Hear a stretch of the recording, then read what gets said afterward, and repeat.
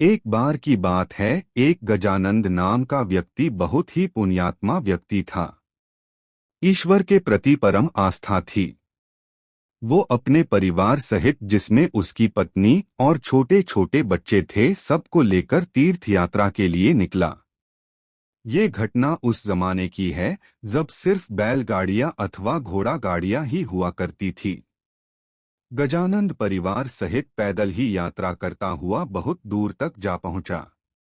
जेठ की गर्मी थी, थकान के मारे पूरे शरीर से पसीना छूटने लगा, प्यास से गला सूखने लगा तो एक पेड़ की छांव में रुके और अपने साथ जो पानी लाए थे उसे पीकर अपनी प्यास बुझाई।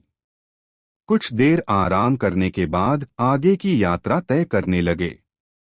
अब चलते चलते ऐसी जगह पर पहुंचे कि दूर दूर तक कोई नहीं, गर्मी भी अपनी चरम सीमा पर आग बरसा रही थी। अब साथ में जो पानी लाए थे वो भी खत्म हो चुका था। गजानंद ईश्वर का नाम जपते भजते हुए आगे बढ़ते रहा और ईश्वर से कहता रहा, हे ईश्वर, तू ही कोई मार्ग दिखा। तभी कुछ दूरी पर गजानंद को एक साधु तप करता हुआ नजर आया। व्यक्ति ने उस साधु से जाकर अपनी समस्या बताई। साधु बोले कि यहाँ से एक कोस दूर उत्तर की दिशा में एक छोटी दरिया बहती है।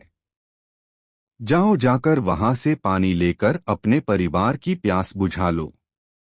साधु की बात सुनकर उसे बड़ी प्रसन्नता हुई और उसने साधु को धन्यवाद दिया।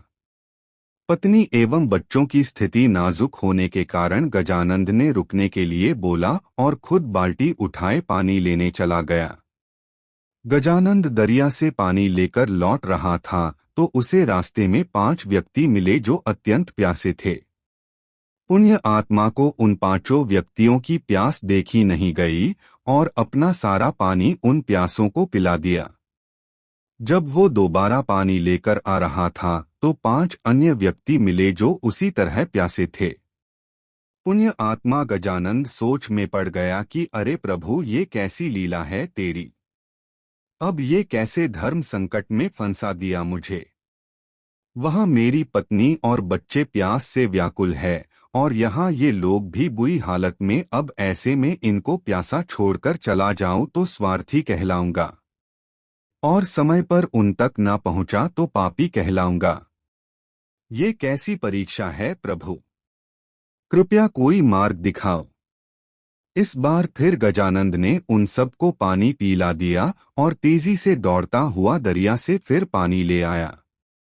यही घटना बार बार हो रही थी और काफी समय बीत जाने के बाद जब वो नहीं आया तो साधु उसकी तरफ चल पड़ा। बार बार उसके इस पुण्य कार्य को देखकर साधु बोला, हे पुण्य आत्मा, तुम बार बार अपनी बाल्टी भरकर दरिया से लाते हो और किसी प्यासे के लिए खाली कर देते हो, यह जानते हुए भी कि उधर तुम्हारे बच्चे भी प्यासे हैं। इससे तुम्हें क्या लाभ मिला? पुण्य आत्मा ने बोला, मुझे क्या मिला या क्या नहीं मिला इसके बारे में मैंने एक बार भी विचार नहीं किया, पर मैंने अपना स्वार्थ छोड़कर अपना धर्म निभाया। साधु बोला, आखिर ये कैसा धर्म है? ऐसे धर्म निभाने से क्या फायदा जब तुम्हारे अपने बच्चे और परिवार ही जीवित ना बचें। तुम अपना धर्म ऐसे भी निभा सकते थे जैसे मैंने निभाया। पुण्य आत्मा ने पूछा, कैसे महाराज? साधु बोला, मैंने तुम्हें दरिया से पानी लाकर देने के बजाय दरिया का रास्ता ही बता दिया। तुम्हें भी उन सभी प्यासों को दरिया का रास्ता बता देना चाहिए था, ताकि तुम अपने परिवार की प्यास भी बुझा सको और अन्य प्यासे लोगों की बहुत प्यास बुझ जाए। फिर किसी को अपनी बाल्टी खाली करने की जरूरत ही नहीं। इतना कहकर साधु अंतर्ध्यान हो गया। इस तरह तुम इस धर्म संकट से बाहर निकल सकते थे। यह सुन गजानंद तुरंत बाल्टी में पानी लिए सबको दरिया का रास्ता बताता हुआ अपने परिवार की प्यास बुझाने के लिए दौड़ा। इस कहानी से हमें सीख मिलती है, हम ज्यादा से ज्यादा लोगों की मदद कैसे कर सकते हैं। यदि जीवन में किसी मदद या सेवा करना चाहते हो तो कोशिश यही करो कि उसे खुद इतना समर्थवान बना दो कि वो अपना आगे का जीवन स्वयं संवारने योग्य हो जाए। इस तरह हम ज्यादा लोगों की मदद और सेवा कर पाएंगे। जब आपको लगे कि सामने वाले में सामर्थ्य है या उसे सामर्थ्यवान बनाया जा सकता है, तो उसे ज्ञान दो, उसे वो मार्ग बना दो जिससे वो अपना हित खुद कर सके।